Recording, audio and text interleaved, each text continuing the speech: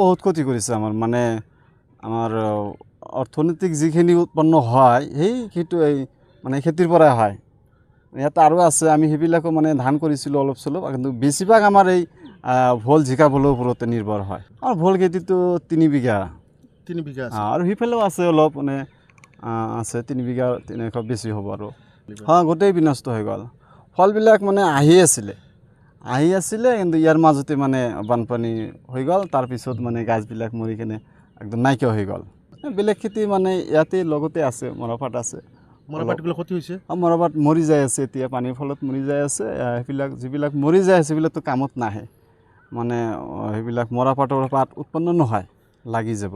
হয়, আমাৰ এই অঞ্চলত যিমানেই আছে মানে ভোল খেতি কৰিছে বা মৰাপাট কৰিছে, মানে চবেই কিছু না কিছু ক্ষতিগ্ৰস্ত হৈছে। যিমান বেছি আছে তাৰ বেছি হৈছে, তাৰ কম আছে তাৰ কম হৈছে, এনেকুৱা অৱস্থা।